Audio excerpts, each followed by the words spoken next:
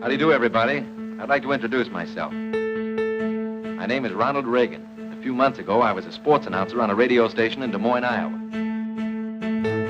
One day, I ran into one of these movie talent scouts. I think I caught him off guard because the next thing I knew, I was taking a screen test for Warner Brothers in Hollywood. Hello again, folks. Here's something hot right off the griddle. My job is spreading news. These days, when a fella fights against his own team, it's a break for the other side. What do you know, Boston, Philadelphia, Washington? Washington? Hey, wouldn't it be something the president came to see us, the chief himself? Ladies and gentlemen, we take pride in presenting a thoughtful address by Ronald Reagan on behalf of Barry Goldwater. You and I are told increasingly we have to choose between a left or right. Well, I'd like to suggest there is no such thing as a left or right. There's only an up or down. I haven't even announced yet, and you make me think I've been elected. We'll know the results soon. Ronald Reagan won by 1 million votes. The people of this country want a nation that once again will stop trying to buy the world's affection and start earning its respect. When Governor Reagan left office, the $194 million deficit had been transformed into a $550 million surplus. How do you balance the budget? It's like protecting your virtue. You have to learn to say no. I'm here tonight to announce my intention to seek the Republican nomination for President of the United States. Reagan for president. I accept your nomination for the presidency of the United States. Coming home. Coming home. If voters have their way, what message will Jimmy Carter be sending to Plains, Georgia?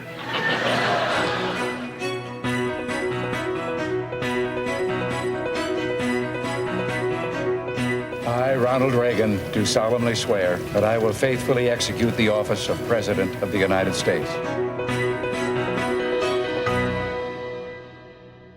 So help me God. Now, congratulations, sir.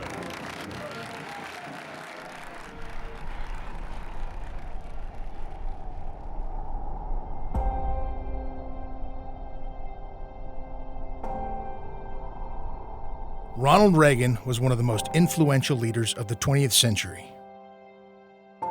He led a profound change in our world, at home and abroad. His deep convictions, optimism, and determination continue to inspire millions of people around the world today.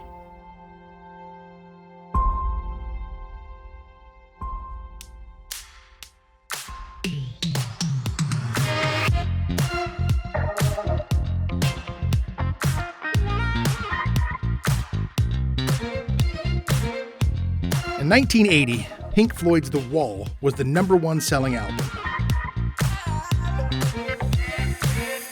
Pac-Man debuted in arcades across the nation. Kramer vs. Kramer swept the Oscars, and The Empire Strikes Back dominated the box office. Dallas was the #1 show on television. A job at Ewing Oil, well, the way oil companies are doing right now, I wouldn't call for a job to anybody. In 1980, oil prices continued to skyrocket, as did inflation, unemployment, and fixed-rate mortgages.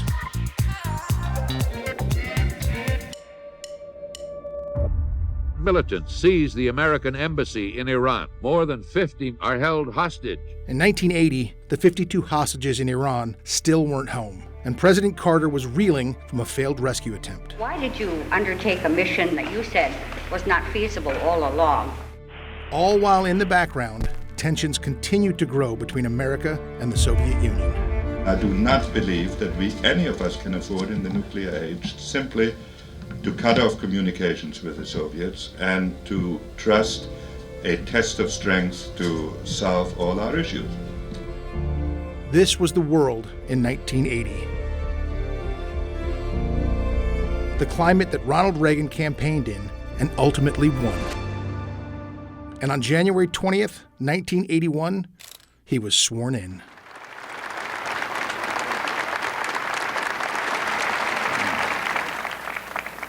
The economic ills we suffer have come upon us over several decades.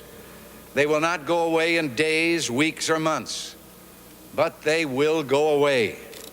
They will go away because we, as Americans, have the capacity now, as we've had in the past, to do whatever needs to be done to preserve this last and greatest bastion of freedom. In this present crisis, Government is not the solution to our problem. Government is the problem. As Reagan delivered his inaugural address, final negotiations to resolve the Iranian hostage crisis were underway. Some 30 minutes ago, the planes bearing our prisoners left Iranian airspace and are now free of Iran. Within the first hour of Reagan's presidency, he achieved his first major victory. The Reagans were very magnanimous people. We're delighted to be here and thank all of you for your being here. And they were very kind and welcomed us onto the team very well. We met with them after the convention, and we had a wonderful meeting with Mrs. Reagan and the children, and it was very warm and cordial. A little news bulletin. I have just learned that the planes have landed in Algiers.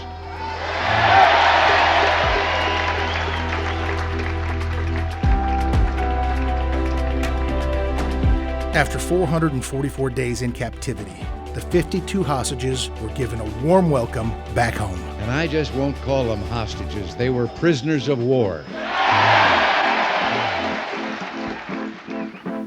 You've come home to a people who for 444 days suffered the pain of your imprisonment, prayed for your safety, and most importantly, shared your determination that the spirit of free men and women is not a fit subject for barter.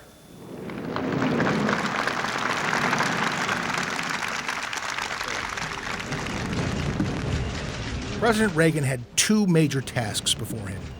First, the Soviet Union. How do you do? Sam? Mr. President, what do you see as the long-range intentions of the Soviet Union? Do you think, for instance, the Kremlin is bent on world domination that might lead to a continuation of the Cold War? Or do you think that under other circumstances, détente is possible? Well, so far, détente's been a one-way street that the Soviet Union has used to pursue its own aims. I don't have to think of an answer as to what I think their intentions are. They have repeated it. I know of no leader of the Soviet Union since the revolution, including the present leadership, that has not more than once repeated in the various communist congresses they hold their determination that their goal must be the promotion of world revolution and a one world socialist or communist state, whichever word you want to use. Mr. President, when and how will you seek the decontrol of natural gas prices? Well, we haven't dealt with that problem yet. We thought oil would do for a starter. Oil is the Middle East's major export. More than 10% of the whole world's known reserves. Everyone agrees that as the search spreads to more remote and inhospitable areas, oil must cost more. 1 million barrels of oil will supply all the energy requirements of the state of California for about 8 hours. By the end of '73, our oil imports were approaching 7 million barrels per day, nearly double the average for 1970. Conflicts with the Middle East kept oil prices at an all-time high, with America heading into a full-blown recession by 1981. I'm speaking to you tonight to give you a report on the state of our nation's economy, and regret to say that we're in the worst economic mess since the Great Depression. This marked the second item on Reagan's agenda, fixing the American economy. Here is a dollar such as you earned, spent, or saved in 1960. And here is a quarter, a dime, and a penny. 36 cents.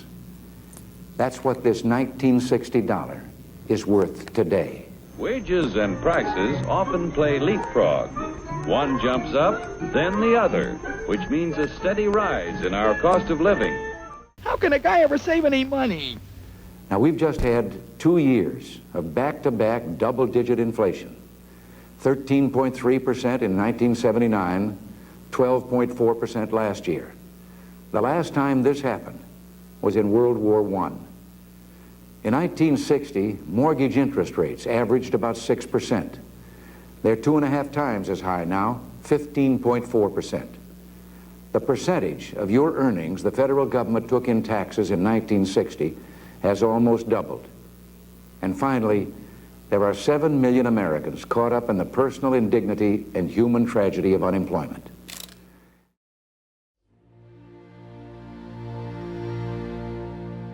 Less than a month as president, he delivered a national address to the American people on the economy to make his pitch so that they understood that his first priority was to get the American economy going again. Thank you all very much. I am proposing a comprehensive 4-point program. Now let me outline in detail some of the principal parts of this program. This plan is aimed at reducing the growth in government spending and taxing, reforming and eliminating regulations which are unnecessary and unproductive or counterproductive, and encouraging a consistent monetary policy aimed at maintaining the value of the currency. If enacted in full, this program can help America create 13 million new jobs, nearly 3 million more than we would have without these measures. It will also help us to gain control of inflation. This, then, is our proposal, America's New Beginning, a program for economic recovery. I don't want it to be simply the plan of my administration. I'm here tonight to ask you to join me in making it our plan. Together, we can embark on this road.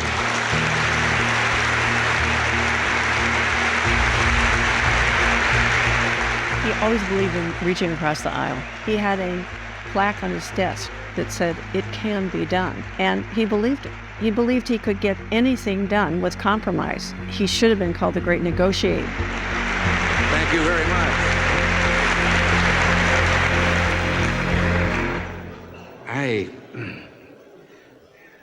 I should have arranged to quit right there.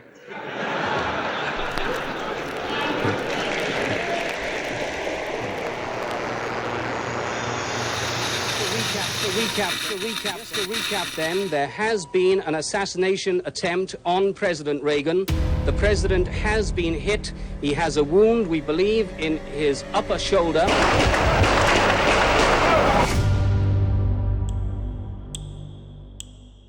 My wife's, who is now my wife's, she was a Reagan speechwriter. She had written the speech he gave at the Hilton that morning. Reagan had a practice of taking the speechwriter to the event, so she was walking 20 feet in front of him when Hinckley shot him.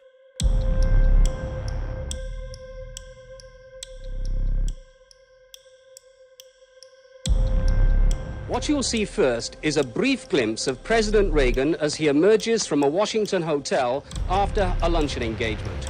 Very soon afterwards, there'll be the shots.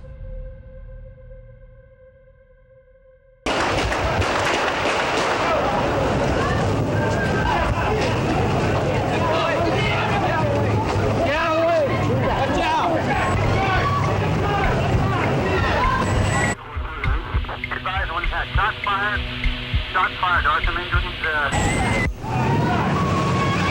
Get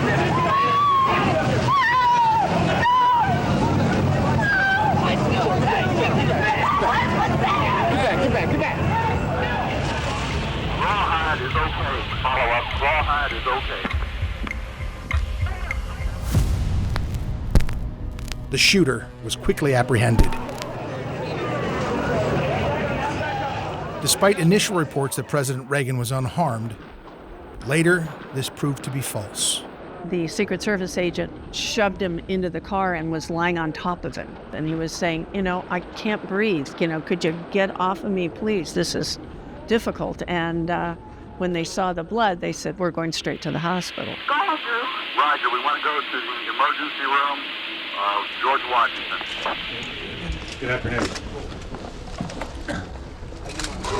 This is to confirm the statements made at George Washington Hospital that the president was shot once in the left side this afternoon as he left the hotel. His condition is stable. A decision is now being made whether or not to operate to remove the bullet. He had a brand new suit on that day, and he was very upset they had to cut the suit off. The bullet didn't go directly into him. It ricocheted off the door and then into his chest. And he lost more than half of his blood volume. And Mrs. Reagan, as you can imagine, is really, really distraught. They get a call from Tip O'Neill, the Speaker of the House, polar opposites in terms of his politics. Tip O'Neill calls and asks if Mrs. Reagan would allow him to come down and see the president. She said yes. He comes into the room, and it's just the president lying in bed, and Tip kneels down, kisses his forehead, and says, "I love you, old buddy." One friend to another, one American to another. And we know now today he was much nearer to death than we realized at the time. And the gallantry and humor with which he experienced a near-death moment, saying to the doctors at George Washington emergency room, "I hope you're Republicans." Yeah, and he said, "I hope you're all Republicans." And when he saw Nancy, he said, "Honey, I forgot to duck." I am deeply heartened by Dr. O'Leary's report on the president's condition, that he has emerged from this experience with flying colors and with the most optimistic prospects for a complete recovery. President Reagan has been making what officials here say is astounding progress. And despite some discomfort from his chest wound, he was out of bed and walking about a bit this morning. So, as the sirens and flashing lights of yet another Washington motorcade announced the arrival of his wife, Nancy, the president was in good spirits. Tight security is in force all round the hospital, part of which has been turned into a presidential office, complete with communications equipment, even a shredding machine for excess paperwork. I think he's doing a marvelous job. I really do. We're very good friends, and I just adore him, and thank God he's alive. I mean, you know, that was a very traumatic thing. So we just look for America to step on its toes and go forward now. Dr. O'Leary warned that he might look a little bit thinner, and here he comes now, dressed in a red sweater, and he's coming out the front door with his daughter Patty Davis and Mrs. Reagan on his arm, both dressed in red. What are you going to do when you get home? Sit down.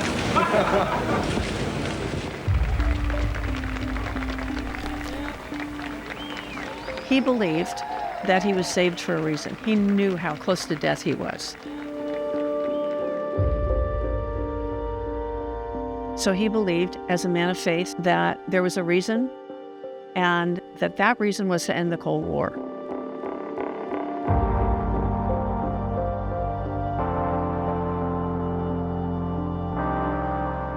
Once allies, relations between the United States and the Soviet Union deteriorated into a geopolitical rivalry in the aftermath of World War II. Soviet Russia was expansively stabbing westward, knifing into nations left empty by war, with misery and chaos as allies. It was communism versus democracy.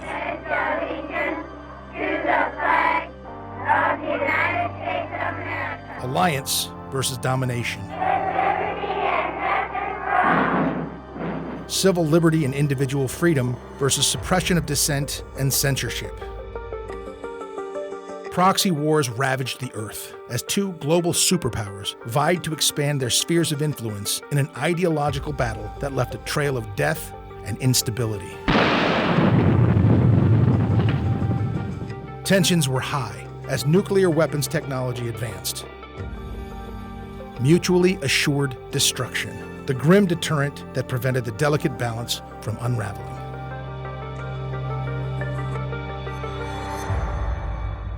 Sad episodes exist in our past, any objective observer must hold a positive view of American history.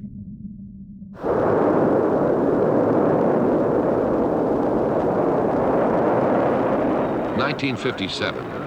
Russia orbits Sputnik 1, the Earth's first man-made satellite. Circling the globe every 90 minutes, Sputnik 1 flashes its radio signals from space. Running parallel to the Cold War arms race was the race to space.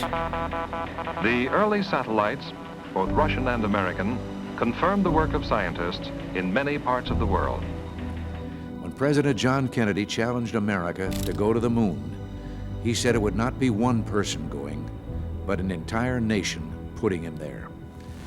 The achievement by the USSR of orbiting a man and returning him safely to ground is an outstanding technical accomplishment. We congratulate the Soviet scientists and engineers who made this feat possible.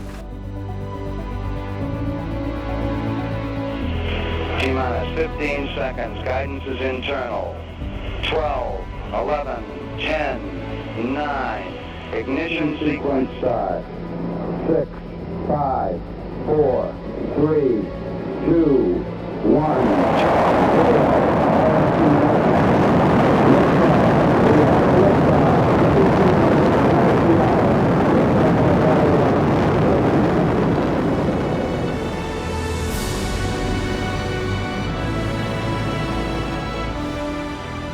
Neil Armstrong and Buzz Aldrin walked on the moon in 1969, the race was won. For a quarter of a century, we've moved steadily forward in the exploration and utilization of space, extending our knowledge of our solar system, our galaxy, and our universe. The space shuttle, our most recent advance in space technology, gives us routine access to space. This is a picture taken at hypersonic speed with a telescope on the California coast. I think that's an illustration of the precision with which our system, both the spacecraft and the ground, have been able to pull off an entry. And this thing flies just as solid as a rock. TK and Hank, all of us who've just witnessed the magnificent sight of the Columbia touching down in the California desert, feel a real swelling of pride in our chests. Thank you both, and God bless you for what you're doing. Before I introduce you, if you'll all just look, well, I'm sure down in front, maybe you can't see, but way out there on the end of the runway, the Space Shuttle Challenger, affixed atop a 747, is about to start on the first leg of a journey that will eventually put it into space in November. It's headed for Florida now, and I believe they're ready to take off. Challenger, you are free to take off now.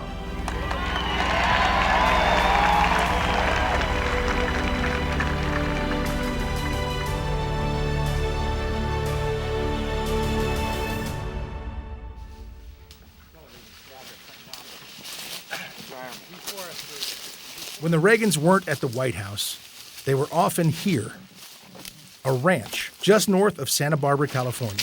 Oops, pardon me, Victory. Sorry, I didn't know. No accident, huh? Didn't mean it on purpose. Sometimes known as the Western White House, its official name was Rancho del Cielo, which means Ranch of the Sky.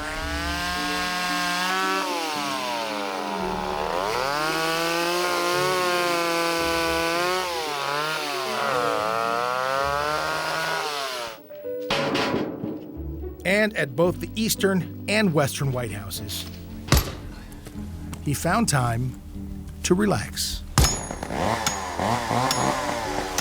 Okay, Dennis, mark 'em. Very scientific business. Let's make sure that we did right by the length and everything.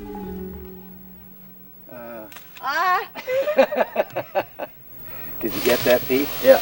You did, huh? The ranch was a place that Ronald could spend quality time with his wife, Nancy. I've got an idea for another picture. I've got the chainsaw. No, and you're blocking me off. Stopping me from approaching. Don't just stand there. You're supposed to be saying, no, I'm not going to start the saw. No. What?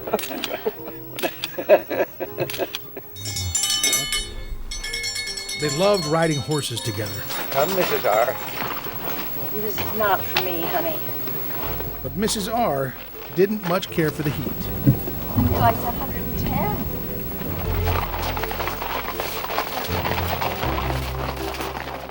Occasionally, the Reagans would host friends at the ranch. Well, look who's invading. How are you? Well, sir. How are you? Good. I was going to tell you. I don't remember this manicured look on this front lawn. Well, I tell you, this You haven't been there, Russ? Once a formidable opponent, Vice President George H.W. Bush had become a trusted advisor.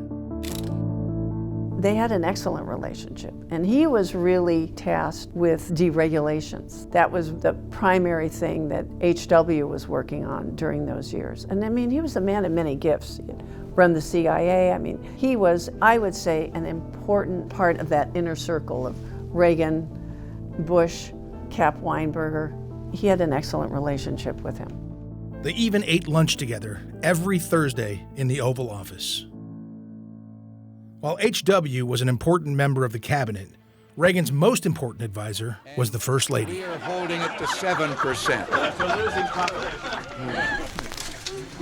Aren't they coming fast enough without moving it up? Hold the candle out. Make a wish.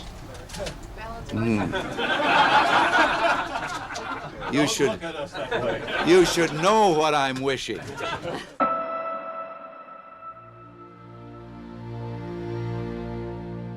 She was an incredibly important advisor. Anybody who was an advisor of his knew that the first person they needed to develop a good relationship with was Mrs. Reagan. They had a very special relationship. Obviously, they were lovers. He wrote wonderful love letters to her, sent her great telegrams when he was on the road with GE. I mean, he hated being away from her.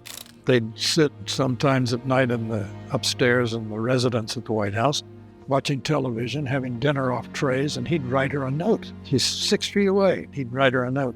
He was a romantic in that sense.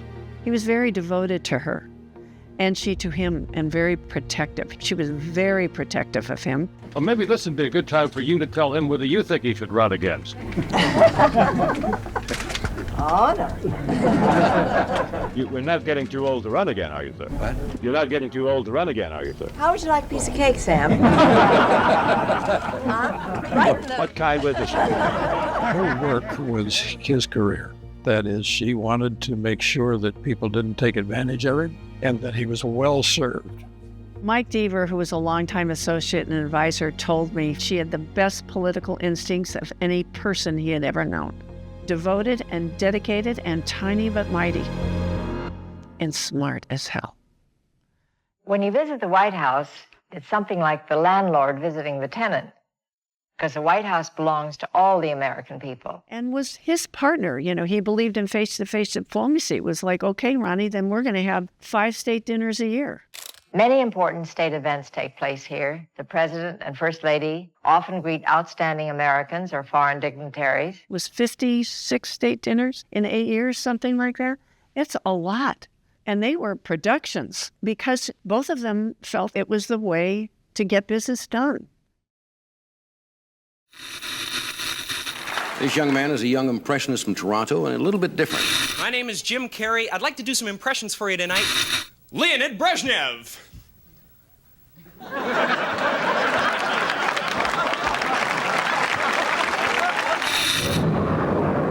Norfolk International Airport will be a strange place Monday morning if the air traffic controllers do go ahead with their threatened illegal walkout.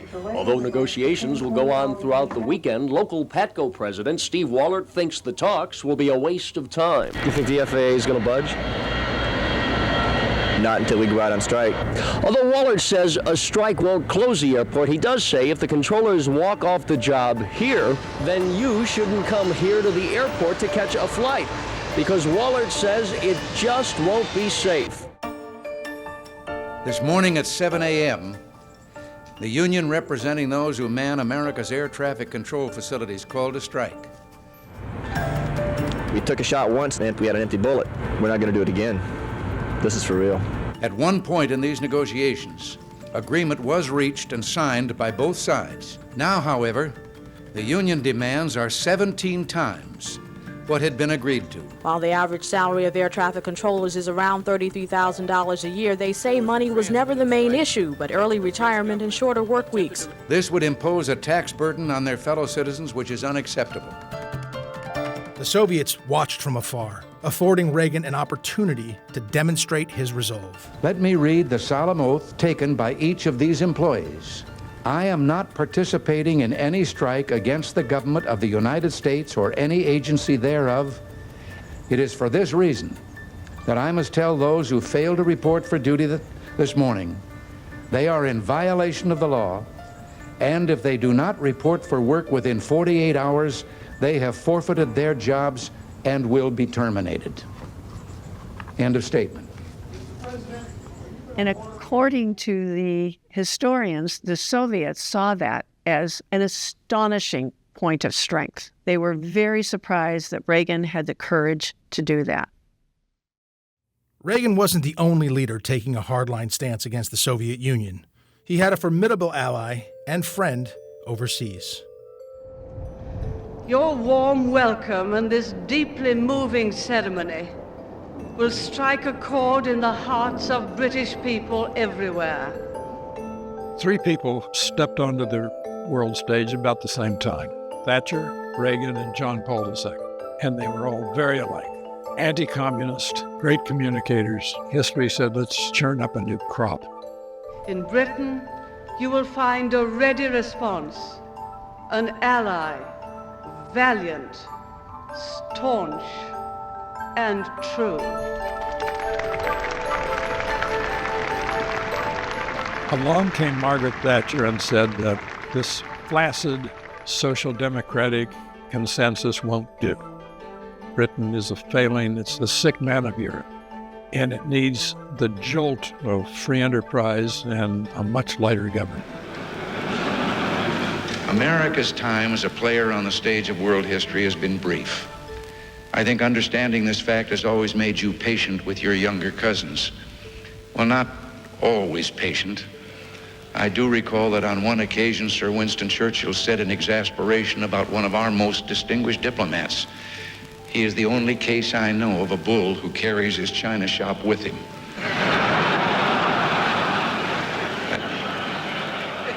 With British and American interests aligned, Reagan was given the honor of being the first American president to address Parliament. I believe the renewed strength of the democratic movement, complemented by a global campaign for freedom, will strengthen the prospects for arms control and a world at peace. I have discussed on other occasions, including my address on May 9th, the elements of Western policies toward the Soviet Union to safeguard our interests and protect the peace. What I'm describing now is a plan and a hope for the long term. The march of freedom and democracy, which will leave Marxism, Leninism on the ash heap of history as it has left other tyrannies which stifle the freedom and muzzle the self-expression of the people.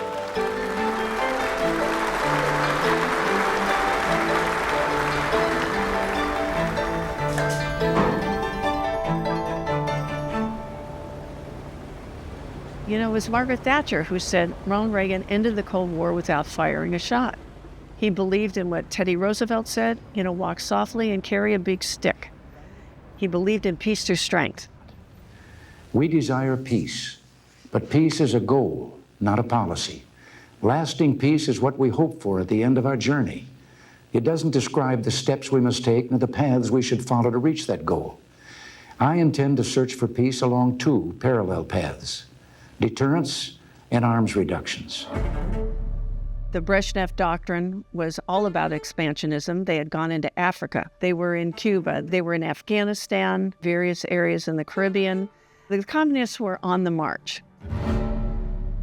On November 10th, 1982, Leonid Brezhnev died.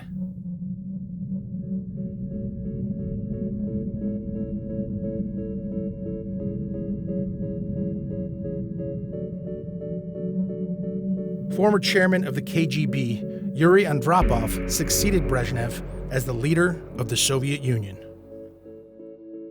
Mr. Andropov is a man with a mind very much of his own, and I think that people are hoping for something more positive this time.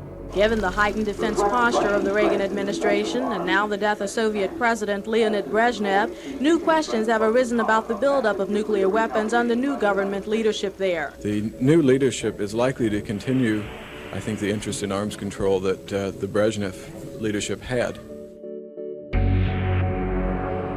Reagan was not elected, he thought, to manage the Cold War. He was elected to end it.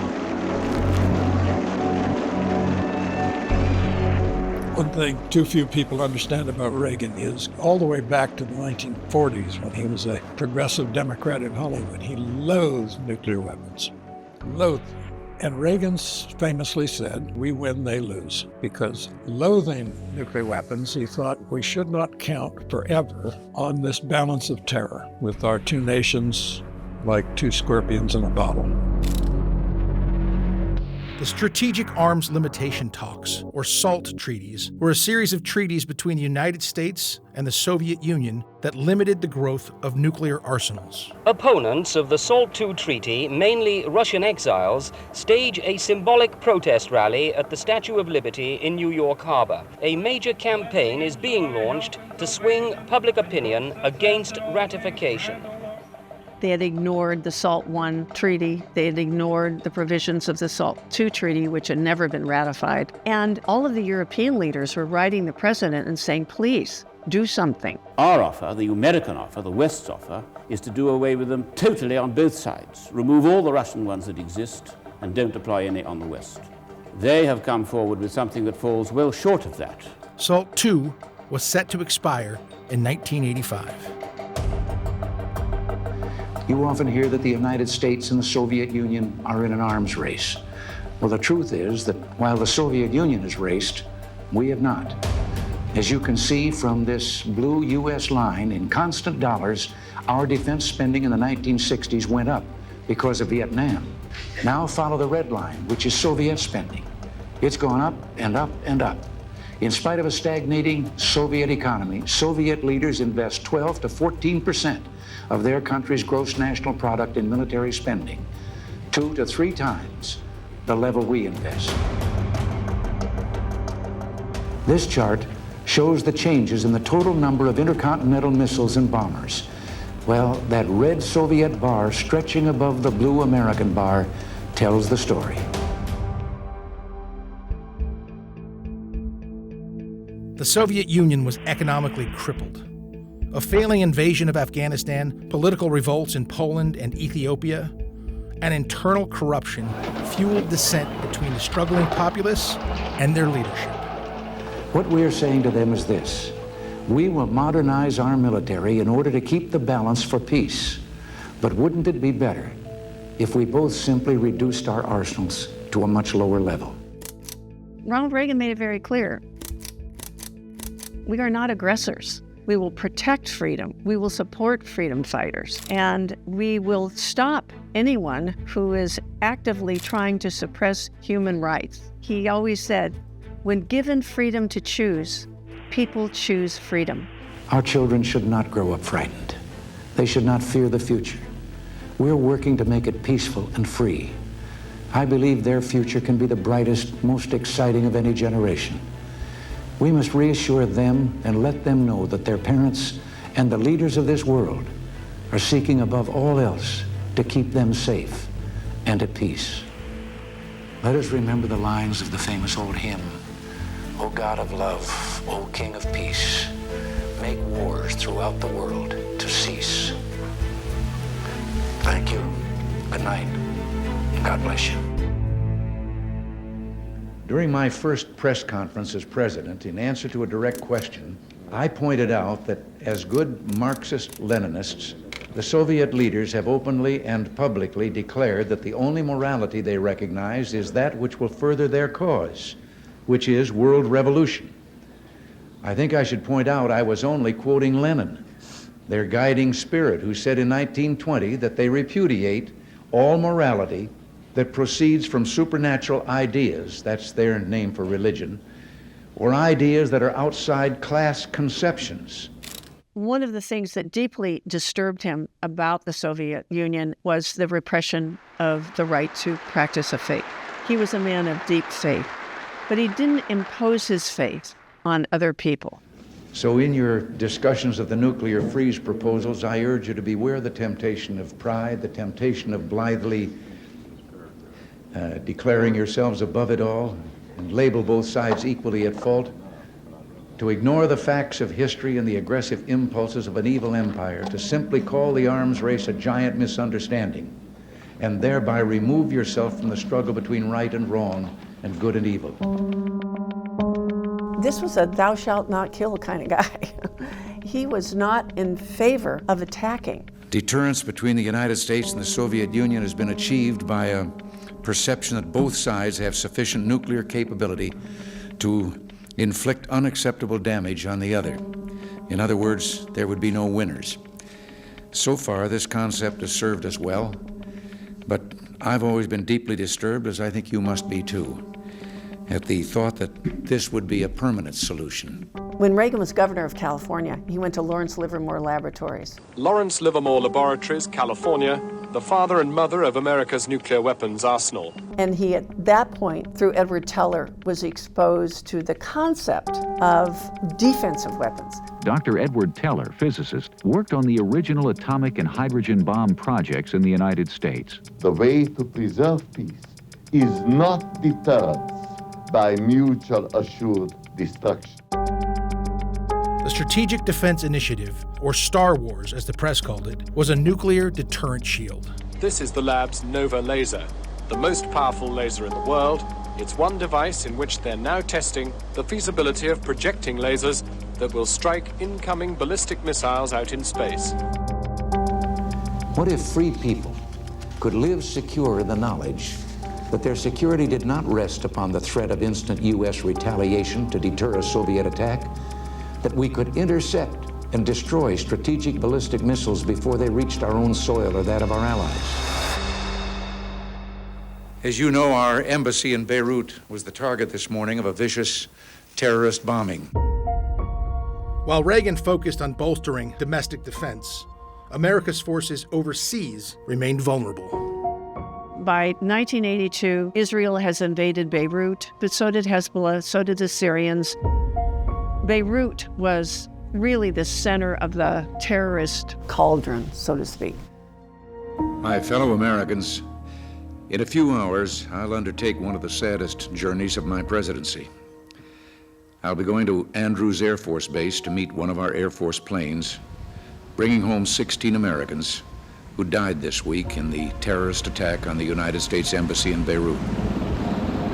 I undertake this task in great sadness, but also with a tremendous sense of pride in those who sacrificed their lives in our country's efforts to bring peace to the Middle East and spare others the agony of war.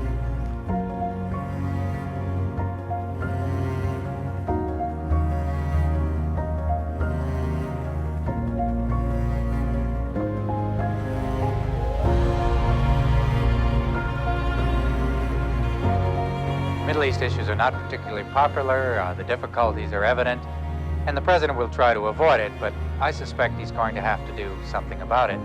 After all, there's another angle here. Some reports are that the group behind this bombing were Iranian Shiites, and if that comes to light and is confirmed, the reaction here against Iran could be very intense.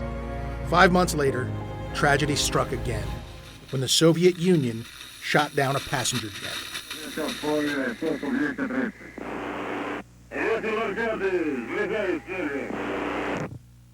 Those were the voices of the Soviet pilots. In this tape, the pilot who fired the missile describes his search for what he calls the target.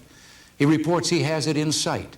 Indeed, he pulls up to within about a mile of the Korean plane, mentions its flashing strobe light and that its navigation lights are on. He then reports he's reducing speed to get behind the airliner, gives his distance from the plane at various points in this maneuver, and finally announces what can only be called the Korean airline massacre. It was an act of barbarism, born of a society which wantonly disregards individual rights and the value of human life and seeks constantly to expand and dominate other nations. They deny the deed, but in their conflicting and misleading protestations, the Soviets reveal that, yes, shooting down a plane, even one with hundreds of innocent men, women, children, and babies, is a part of their normal procedure if that plane is in what they claim as their airspace. Again and again, lives were lost at the hands of the Soviets, when 52 days later, America suffered the largest military loss since Vietnam. Observers argue yesterday's bomb was a pure anti-US propaganda exercise. I know there are no words that can express our sorrow and grief over the loss of those splendid young men. Why our children have to die is unfair. My son died My life put me in fingers. I don't know. Won't be no Christmas. But I think we should all recognize that these deeds make so evident the bestial nature of those who would assume power if they could have their way and drive us out of that area. Does everyone have a copy of Margaret Thatcher's cable? I am horrified at the news of the barbarous attack on your Marines in Lebanon. Please accept the deepest sympathy of all us here for you and to the families of the victims. They gave their lives for peace. The suggestion from Washington of Iranian involvement in these attacks comes as no surprise here, given that the Americans believe that the Iranians carried out a similar suicide mission on the American embassy in Beirut earlier this year. What has surprised many people here, though, is the bluntness of the American warning that they'll take appropriate action against those who perpetrated these attacks. Some 2 months ago, we were shocked by the brutal massacre of 269 men, women, and children, more than 60 other Americans, in the shooting down of a Korean airliner. Now, in these past several days, violence has erupted again in Lebanon and Grenada. You are welcome to this lovely land.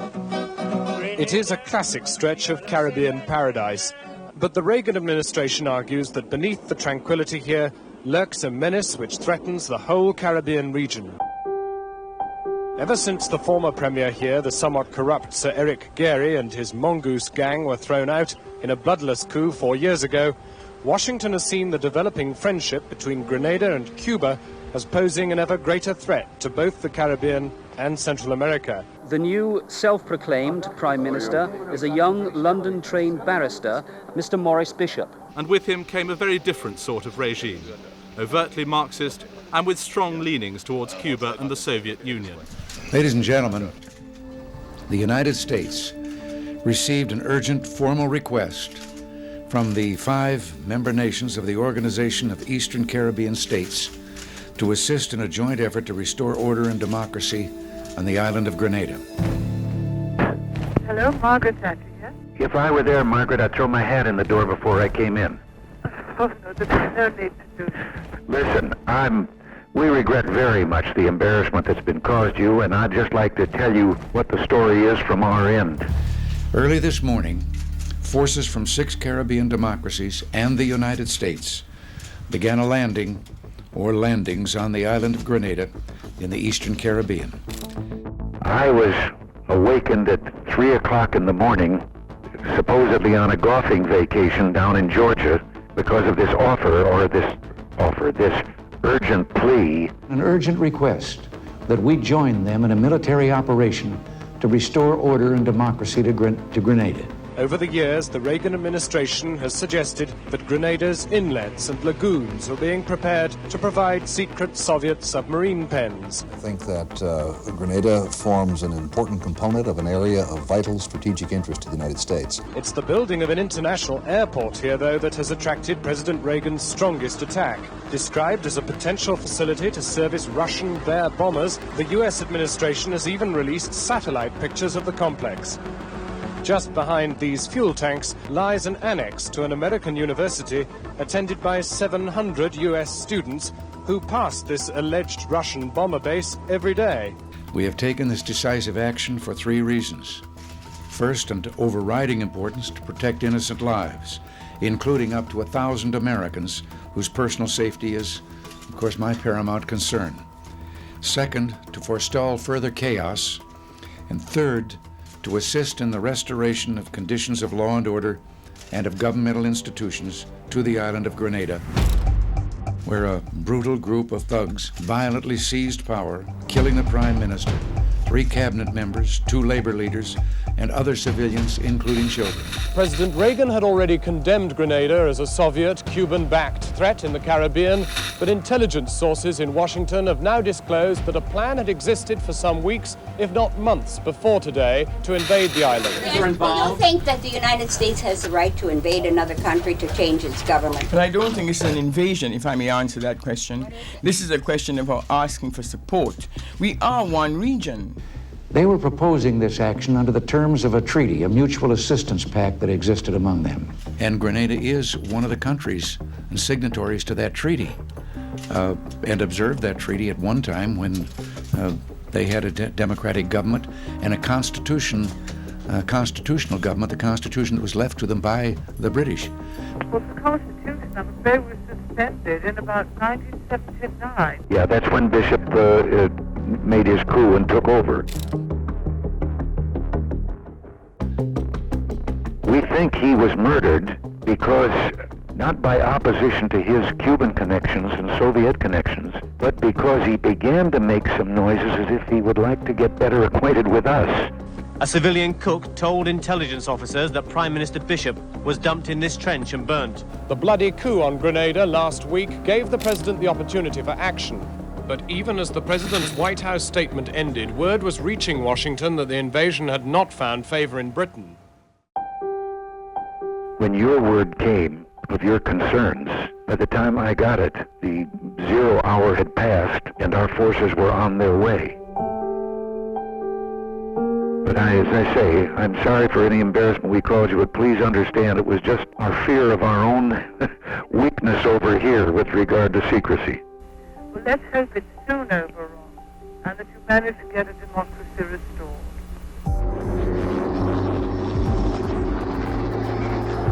In every little manifestation of communism anywhere in the world, Mr. Reagan feels it is our job to go in and use military force and cut off those, what he sees as Soviet tentacles. The events in Lebanon and Grenada, though oceans apart, are closely related. Not only has Moscow assisted and encouraged the violence in both countries, but it provides direct support through a network of surrogates and terrorists.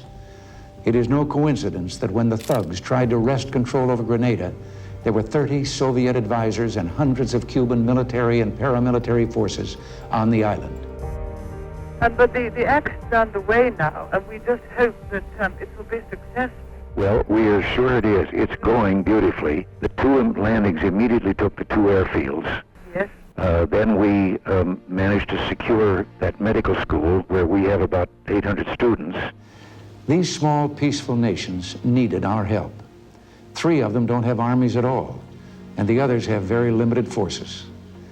The legitimacy of their request, plus my own concern for our citizens, dictated my decision. On the streets of America, reaction to today's news is still mixed. Most Americans are only now learning of this latest U.S. intervention. Coming on the heels of the high casualties in Beirut, there's likely to be quite a strong reaction. Some see it as getting one back after the Beirut disaster.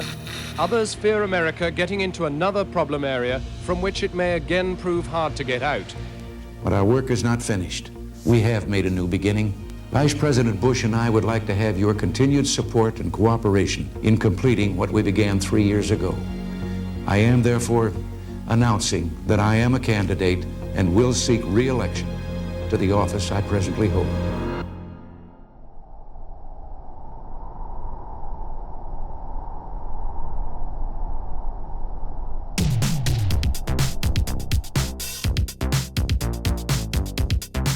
In 1984, Apple unveiled the Macintosh. Your computers go from your window into the world, really. While Casey Kasem counted down the hits, Prince remained top of the charts. Temple of Doom divided audiences.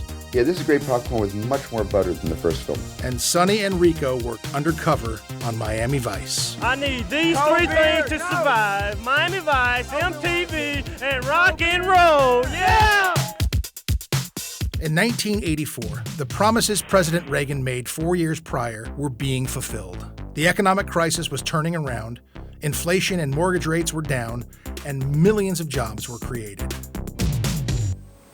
Acquired immune deficiency syndrome, or AIDS for short, almost always fatal, leads to a complete breakdown of the body's own natural defenses. In 1984, researchers tirelessly worked on finding a solution to the AIDS epidemic. I myself have lost now 18 friends who have died. Although 3/4 of those affected by the syndrome are homosexual, the disease has now spread to other segments of society.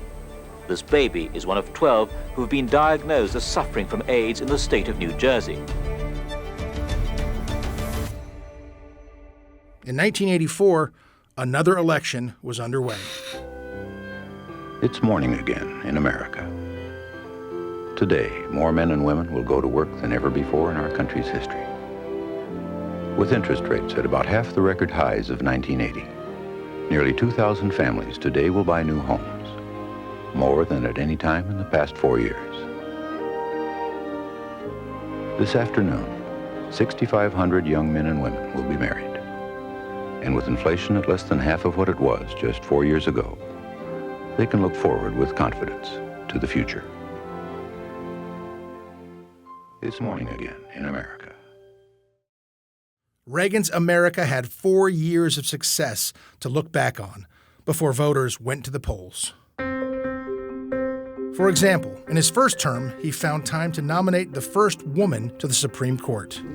I'm absolutely overjoyed with the expression of support from the Senate. Congratulations. Like I said, I don't remember it coming out like this for anybody else. I have a dream. In his first term, he declared Martin Luther King Jr. Day a national holiday. That all men are created equal. Let each of us honor his memory by pledging in our own lives to do everything we can to make America a place where his dream of freedom and brotherhood will grow and flourish. In his first term, he visited the Berlin Wall, the Iron Curtain between communism and the West. Do the Soviet leaders want to be remembered for a prison wall ringed with barbed wire and armed guards whose weapons are aimed at innocent civilians, their own civilians?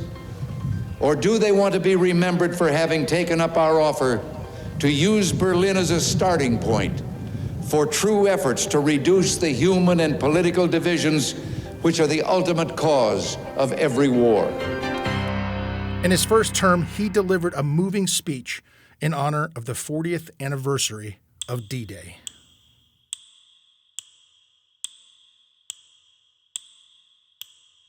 The air was dense with smoke and the cries of men, and the air was filled with the crack of rifle fire and the roar of cannon.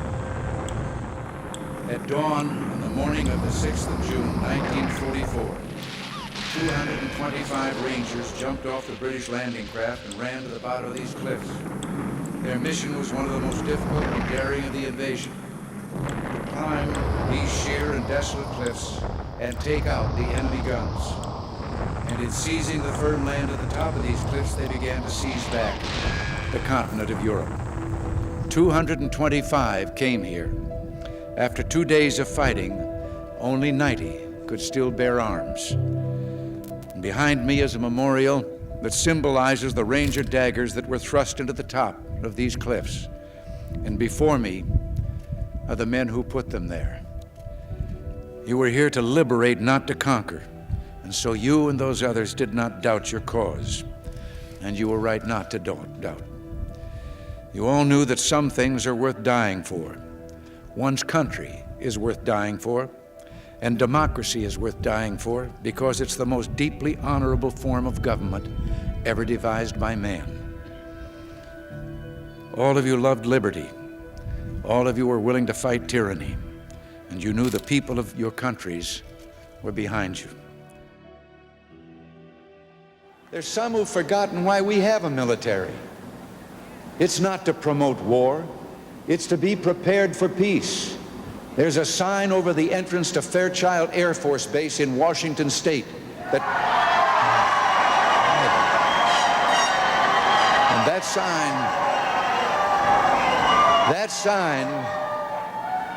that sign says it all. Peace is our profession. Reagan secured over 98% of the popular vote in the Republican primaries. In 1980, the people decided with us that the economic crisis was not caused by the fact that they lived too well. Government lived too well.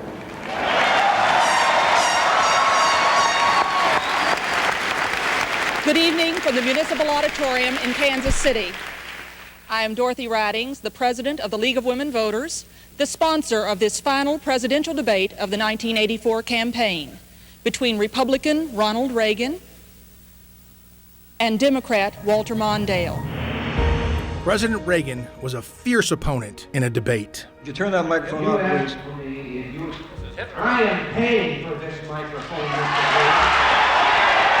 Mr. Governor Reagan, again, typically is against such a proposal. Governor, there you go again. Many observers have said that many of the facts that you use in your arguments are wrong. You've spoken of the Kennedy 30% tax cut when it was really 18%. No, that was the first year. It was a 2-year tax cut, Howard, and it was 27%, and I think that's close enough to round out to 30. His intelligence, eloquence, humor, and quick wit made short work of Carter, Bush, and finally, Mondale. You already are the oldest president in history, and some of your staff say you were tired after your most recent encounter with Mr. Mondale. I recall yet that President Kennedy had to go for days on end with very little sleep during the Cuba Missile Crisis. Is there any doubt in your mind that you would be able to function in such circumstances? Not at all, Mr. Truitt, and I want you to know that also I will not make age an issue of this campaign. I am not going to exploit for political purposes my opponent's youth and inexperience.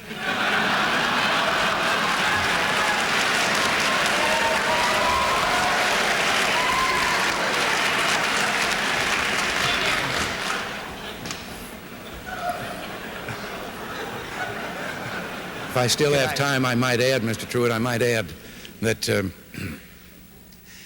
it was Seneca or it was Cicero, I don't know which, that said, if it was not for the elders correcting the mistakes of the young, there would be no state.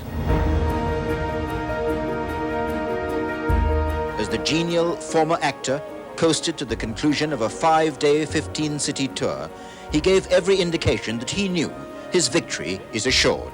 I wanted many times to be able to stop and say, thank you for how easy you're making it for an old campaigner.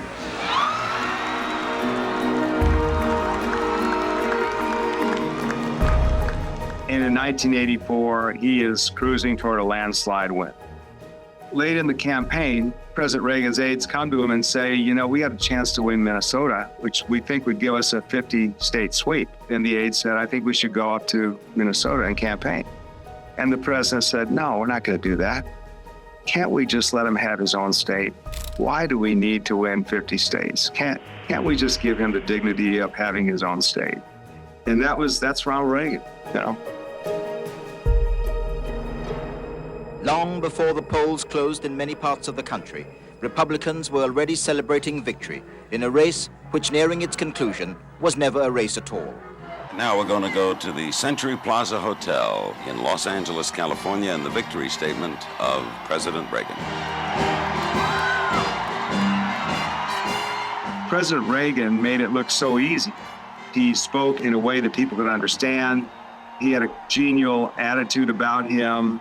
You know, and Nixon was not comfortable in his own skin. Carter was not considered to be a very effective president. But Reagan had this just charm about him, and the American public responded to it.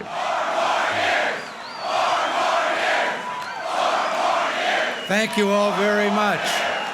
Thank you. Thank you.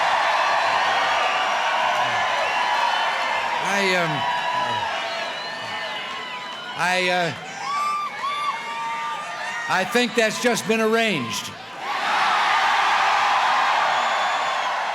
On foreign policy, I think Walter Mondale's analysis of Ronald Reagan was exactly wrong.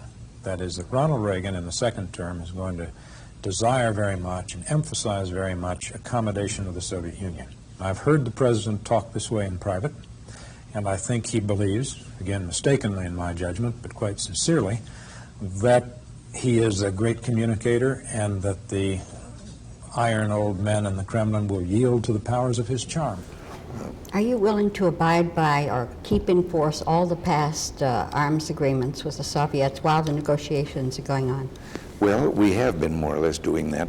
I just think as long as they know that in the absence of an agreement, we are not going to sit back unilaterally disarming and let them carry on their great military buildup to an unquestioned superiority.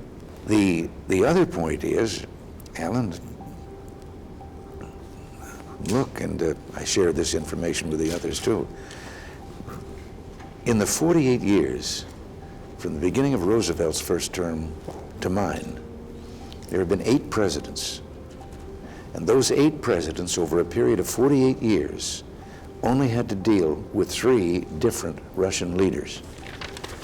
Well, I had 3 in the first 3 years.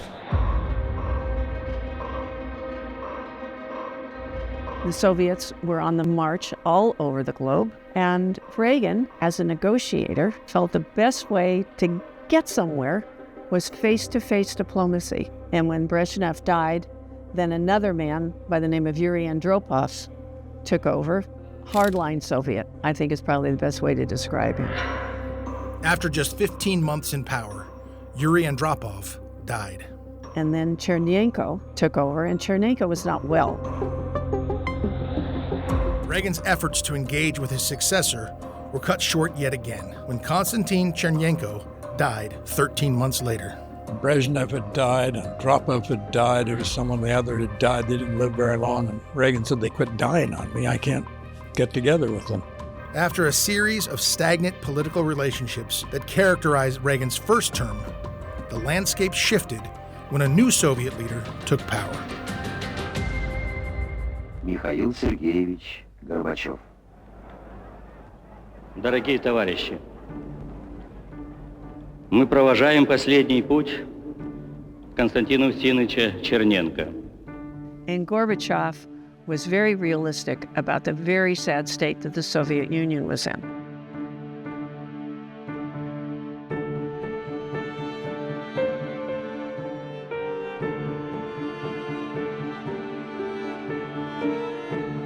All of their money had been poured into munitions, into military. The people were suffering. The rate of alcoholism was extremely high. The Soviet Union was in trouble economically, and we knew it. And Gorbachev was willing to come to the table, and obviously that's Reagan's approach. Well, Gorbachev, of course, has relatively little foreign policy experience, and his visit to Britain last December, which was very successful in terms of protocol, in terms of establishing relationships, mustn't disguise the fact that he is really short on foreign policy experience. Mr. Gorbachev and the Prime Minister appeared to get on well together, first over lunch and then for nearly 3 hours of talks which were described as businesslike and relaxed. On the summit, sir, British Prime Minister Margaret Thatcher met Mr. Gorbachev and said, "I like Mr. Gorbachev. We can do business together." Is it necessary, do you think, that you and Gorbachev like each other at the summit in order to do business?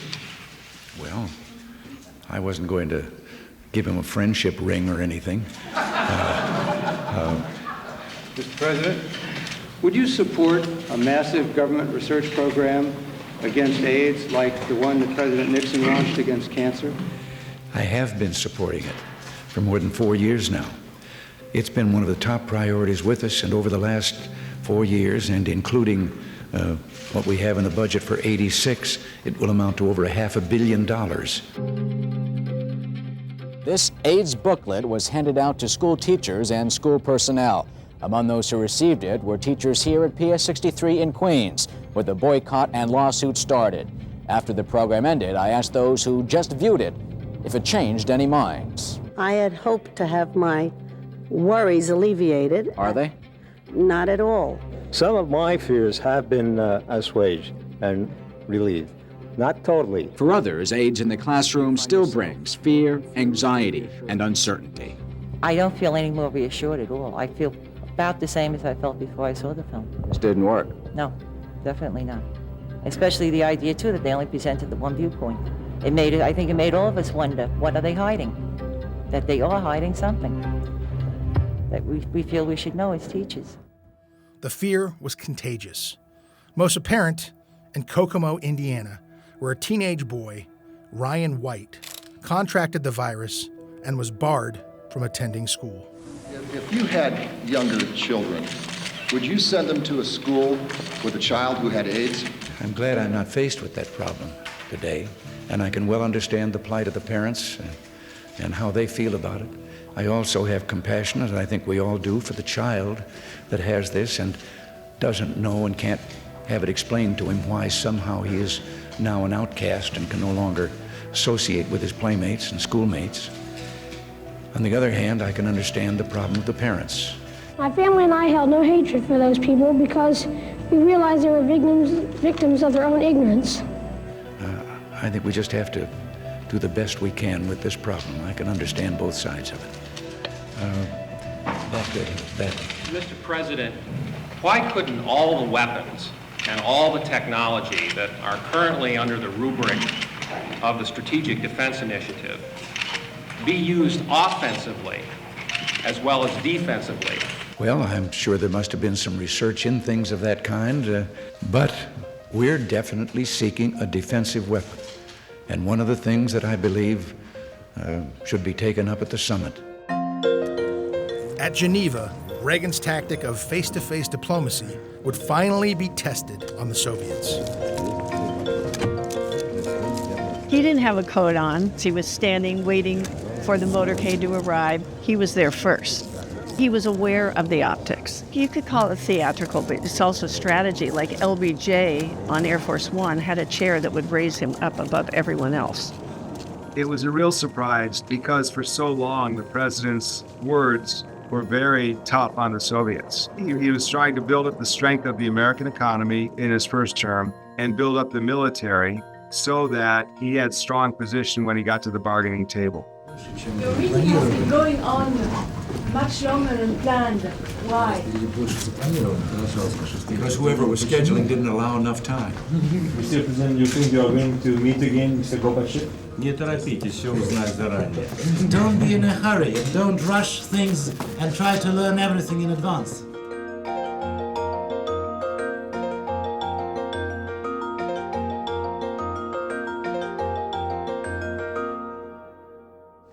We've come to the end of the meetings. I said, and I'm sure others did, that this summit was a beginning, not an end. And whatever we failed to agree on, one important decision was that we would continue meeting like this. За углубление диалога, за движение, за сотрудничество, к которому мы готовы. Я надеюсь, мы на взаимность с вашей стороны. Мне хотелось бы предложить этот тост. We've packed a lot into the last 2 days. I came to Geneva to seek a fresh start in relations between the United States and the Soviet Union, and we have done this. General Secretary Gorbachev and I have held comprehensive discussions covering all elements of our relationship. I'm convinced that we are heading in the right direction. We've reached some useful interim results, which are described in the joint statement that is being issued this morning. In agreeing to accelerate the work of our nuclear arms negotiators, Mr. Gorbachev and I have addressed our common responsibility to strengthen peace. I believe that we have established a process for more intensive contacts between the United States and the Soviet Union. These 2 days of talks should inject a certain momentum into our work on the issues between us, a momentum we can continue at the meeting that we have agreed on for next year. Nothing was really resolved at that point. It was really just the first attempt at finding a way to trust each other. I don't think we ever really realized it was the beginning of the end of communism in the Soviet Union, at least at that moment in time.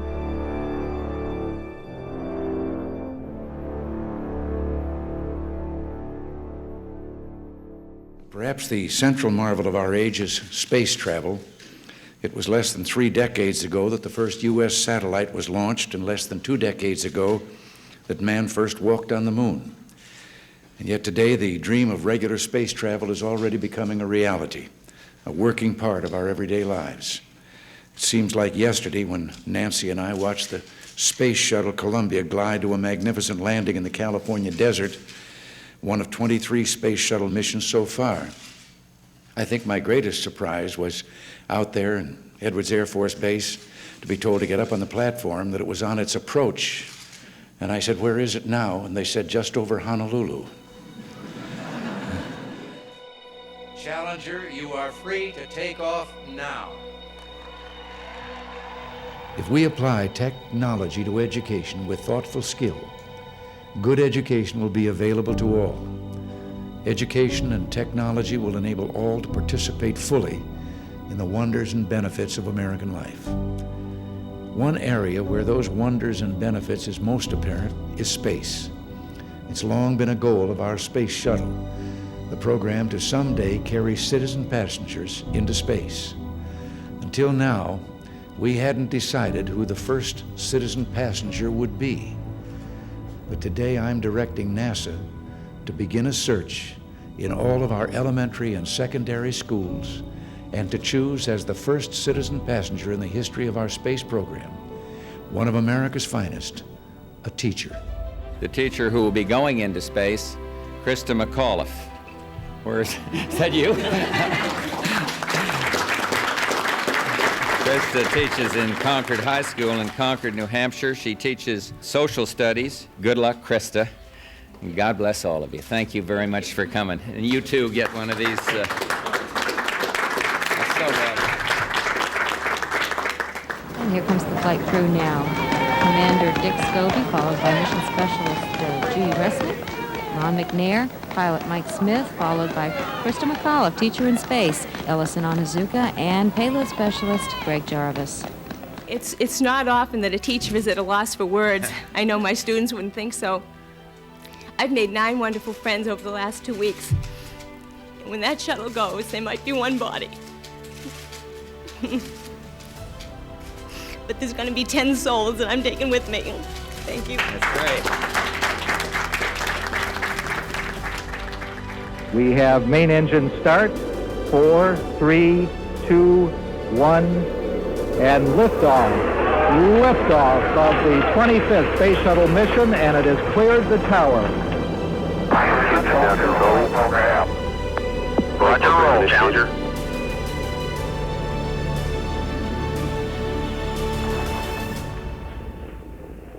Minute 15 seconds. Velocity 2,900 feet per second. Altitude 9 nautical miles. Downrange distance 7 nautical miles.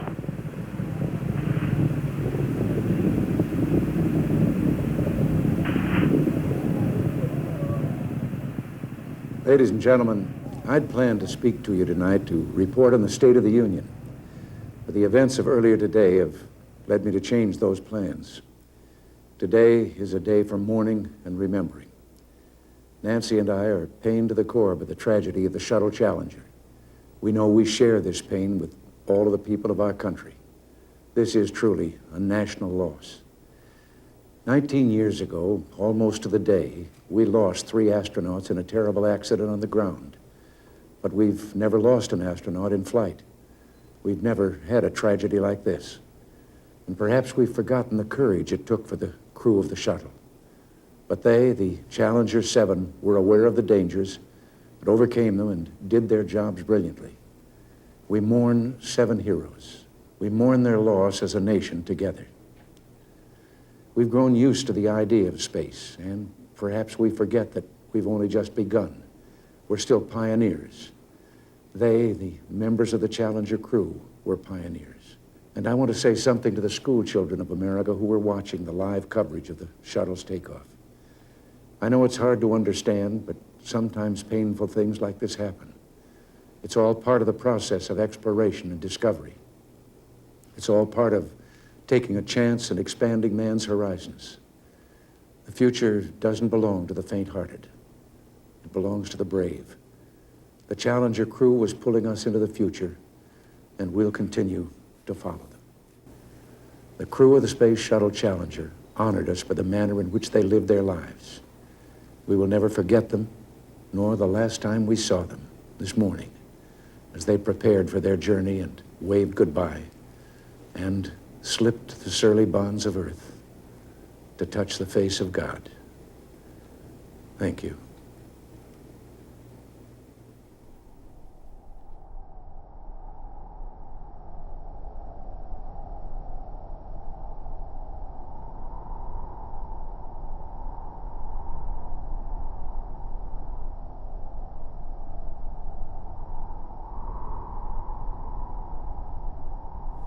It was half a world away in Hawaii that news of the Soviet nuclear disaster reached the Reagan entourage as the president prepared to leave for Indonesia and the economic summit in Japan.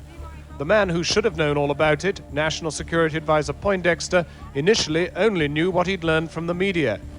How serious is it? No more than you read in the press. That's all we got. But by the time Air Force One came into the Pacific island of Guam, the radio and telex traffic from the presidential aircraft back to Washington had convinced the Reagan team that something far worse than America's own 3 Mile Island accident had indeed occurred. The president sent a message to Mr. Gorbachev assuring him that all America's expertise in the field would be at his disposal. Traveling with White House officials, their expressed opinion is that the Soviet nuclear incident not only serves to boost the anti-nuclear movement in Europe, but to confuse Allied opinion at just the moment when the Americans seek to unite it in the build-up to the Tokyo Summit. First, Challenger, then Chernobyl, the most deadly nuclear disaster in history. The unknown ramifications of radiation reducing nearby Pripyat to a ghost town.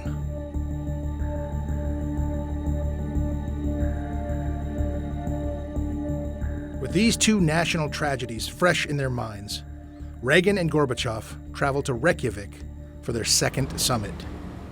Ronald Reagan set off for what was expected to be the final round of talks this morning, determined to stick to his guns on arms control.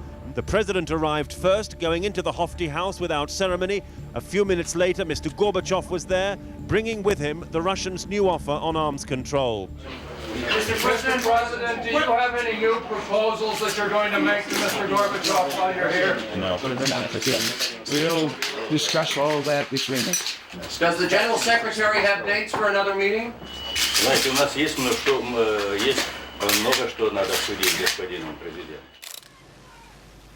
Ronald Reagan's mood as he emerged with Mr. Gorbachev seemed to reflect American despondency that no deals had been struck, agreement faltering over the president's insistence to stand by his Star Wars program. The Soviets were also working on that kind of technology, but they were not prepared to share it. Whereas Reagan said to Gorbachev, I'll give it to you. We'll share the technology with you. And they ignored it. And unfortunately for them, Reagan had the courage to walk out of the summit at Reykjavik. Despite their disagreements, Reagan remained steadfast that progress was being made between the Soviet Union and the United States. But Reykjavik was only the tip of the iceberg. A Lebanese magazine broke a story alleging that the United States was illegally trading arms to Iran. Last Friday, after becoming concerned whether my national security apparatus had provided me with a security or a complete factual record with respect to the implementation of my policy toward Iran, I directed the Attorney General to undertake a review of this matter over the weekend and report to me on Monday. Reagan explained the findings of the report to justices of the Supreme Court over lunch later that day. Some of the shipments, the Israelis had gotten the money to pay us, but they had kind of played middleman. They'd raised the price to the Iranians. The excess money over and above the price they gave us, we put on the weapons, they put in a Swiss bank account that is in the name of the leaders of the countries. And this report led me to conclude that I was not fully informed on the nature of one of the activities undertaken in connection with this initiative. And now I'm going to ask Attorney General Meese to brief you. Do you still maintain you didn't make a mistake, Mr. President? Hold it. Did you make a mistake in sending arms to Tehran, sir? No, and I'm not taking any more questions. In just a second, I'm going to ask Attorney General Meese to brief you on what we presently know of what he has found out. Is anyone else going to be let go, sir? Is anyone else going to be let go? No one was let go. They chose to go. What about Secretary Schultz, Mr. President? What about Secretary Schultz, sir? Can you give Secretary Schultz?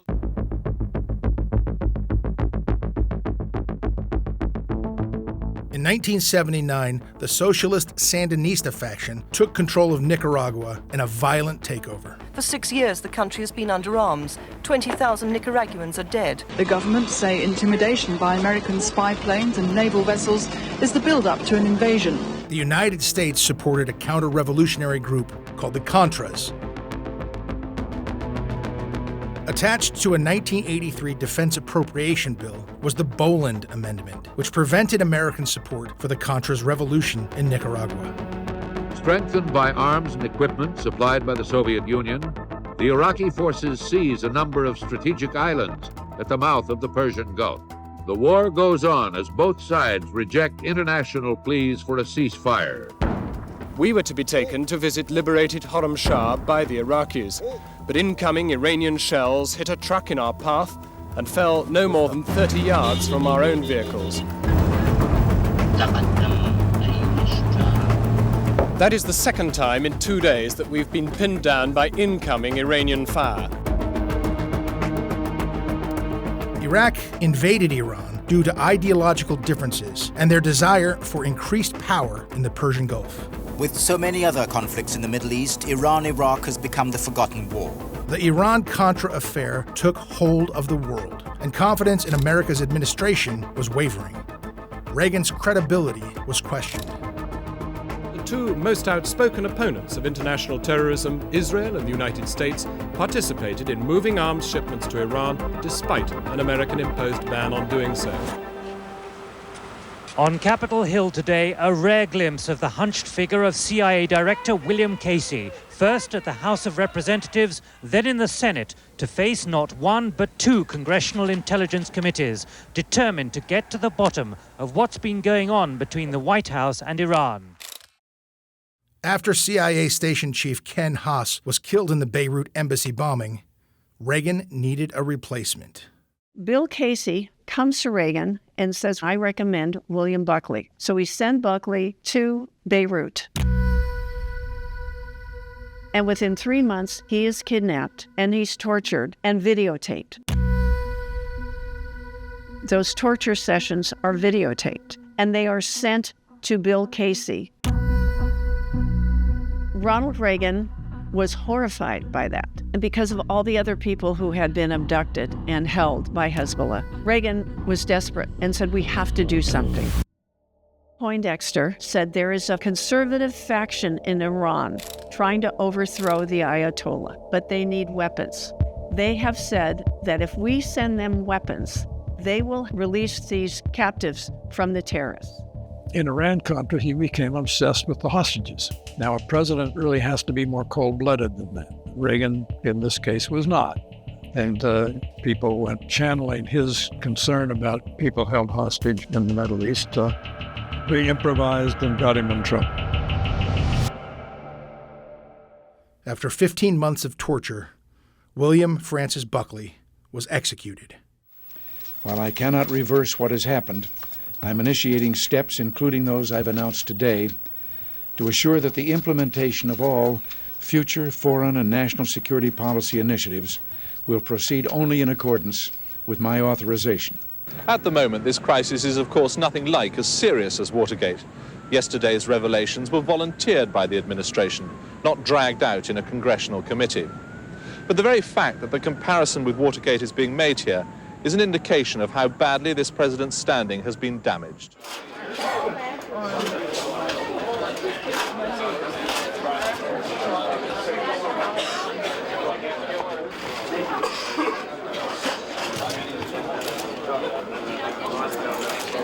Former Senator John Tower was appointed chairman of the Presidential Commission tasked with investigating the Iran-Contra Affair. When President Reagan appointed us, he urged that all the facts come out on the Iran-Contra matter to find lessons for the future so that it can be put right. I want to make it clear that I consider their work far too important for instant analysis. I intend to read and digest it first, think carefully about its findings, and promptly act on its recommendations. I want to thank the members of the board again. And now, John, I'm sure there will be a few questions for you. President, about sharing these arms with the Iranians. Are you leaving? Have you thought about it? Will Donald Reagan, the board will take your questions. Sir, will Donald Reagan be leaving as your chief of staff? I've studied the board's report. Its findings are honest, convincing, and highly critical, and I accept them. And tonight, I want to share with you my thoughts on these findings and report to you on the actions I'm taking to implement the board's recommendations. First, let me say I take full responsibility for my own actions and for those of my administration. As angry as I may be about activities undertaken without my knowledge, I am still accountable for those activities. As disappointed as I may be in some who served me, I am still the one who must answer to the American people for this behavior. And as personally distasteful as I find secret bank accounts and diverted funds, well, as the Navy would say, this happened on my watch. You know, by the time you reach my age, you've made plenty of mistakes. And if you've lived your life properly, so you learn. You put things in perspective. You pull your energies together, you change, you go forward. My fellow Americans, I have a great deal that I want to accomplish with you and for you over the next 2 years. And the Lord willing, that's exactly what I intend to do. The Berlin Wall scythes through the city. Houses, streets, neighborhoods were demolished to make room for it. There are two walls today, an inner and an outer. Between the two, most of the more invidious devices like tripwires and scatterguns have now been removed. But the soft earth strip is harrowed over regularly to hinder the progress of anyone trying to run across it and to make them a clear target for the rifles of the guards in the watchtowers.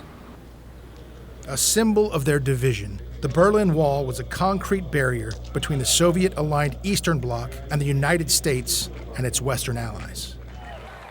Ronald Reagan has never been to the Soviet bloc, but today he stood within yards of it. At his back, the Berlin Wall, a scar he called it, and the Brandenburg Gate. Mr. Reagan had come with a message. We welcome change and openness, for we believe that freedom and security go together. The advance of human liberty can only strengthen the cause of world peace. There is one sign the Soviets can make that would be unmistakable, that would advance dramatically the cause of freedom and peace. General Secretary Gorbachev, if you seek peace, if you seek prosperity for the Soviet Union and Eastern Europe, if you seek liberalization, come here to this gate. Mr. Gorbachev, open this gate.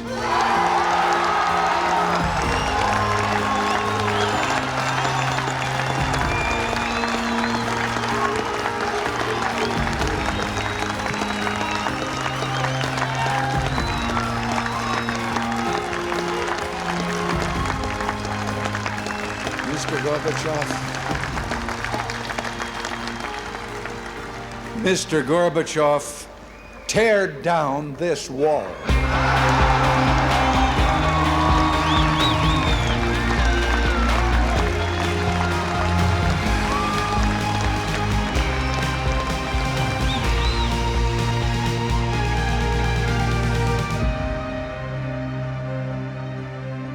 And he had the courage to tell Gorbachev to take down the wall, and he was told not to. The State Department said, oh, you're going to cause too many problems. So in the limousine, on the way to the Brandenburg Gate to deliver that speech, he looked to his aide and said, am I the president? Chief of Staff at the time, he said, yes, Mr. President, you're the president. Okay? It stays in. The traditional banners of Berlin's 20 districts, east and west, around this hall remind me of the kinship that exists among all people of this city. By its very existence and character, Berlin remains the most compelling argument for an open world. We're reminded of the many traditions of openness and democracy that have marked the history of this city. Missed me.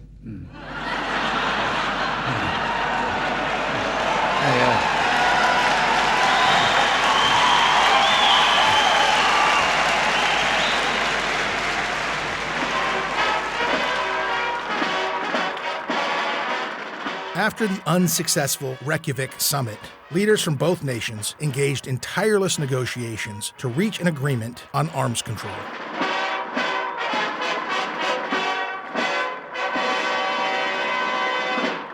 Terms were agreed upon, and Gorbachev traveled to Washington, D.C. to sign the treaty with Reagan. Mr. General Secretary, there is a saying in your country that a poor peace is better than a good quarrel. Sign our guest book. Well, it's up to us with hard work, commitment, and a heavy dose of realism to change the poor peace that has existed between our countries and make it into a good one. Да и сам факт предстоящего подписания сегодня договора о ликвидации советских и американских ядерных ракет средней и меньшей дальности, которые пойдут на слом, является выражением способности наших государств брать на себя высокую ответственность на переломных этапах истории. We have listened to the wisdom in an old Russian maxim, Doveryai, no Proveryai, trust but verify. Но значение этого... На каждой встрече вы это повторяете. You repeat that at every meeting.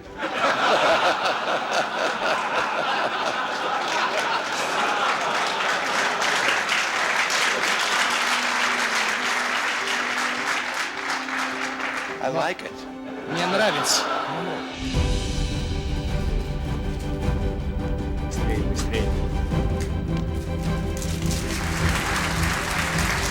The United States and the Soviet Union had finally reached an arms control agreement, and the Intermediate Range Nuclear Forces Treaty was signed.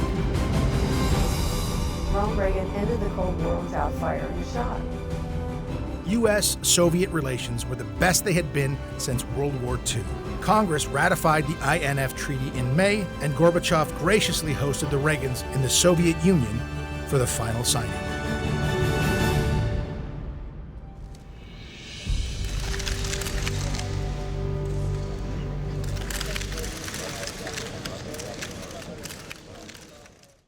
My fellow Americans, this is the 34th time I'll speak to you from the Oval Office, and the last.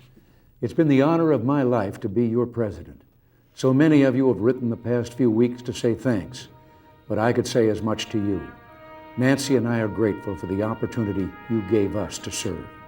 People ask how I feel about leaving, and the fact is, parting is such sweet sorrow. The sweet part is California, and the ranch, and freedom. The sorrow, the goodbyes, of course, and leaving this beautiful place. Tell us when you're ready.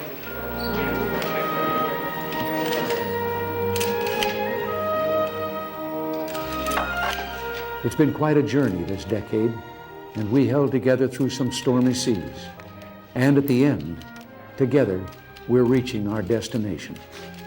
The fact is, from Grenada to the Washington and Moscow summits, from the recession of 81 to 82, to the expansion that began in late 82 and continues to this day, we've made a difference.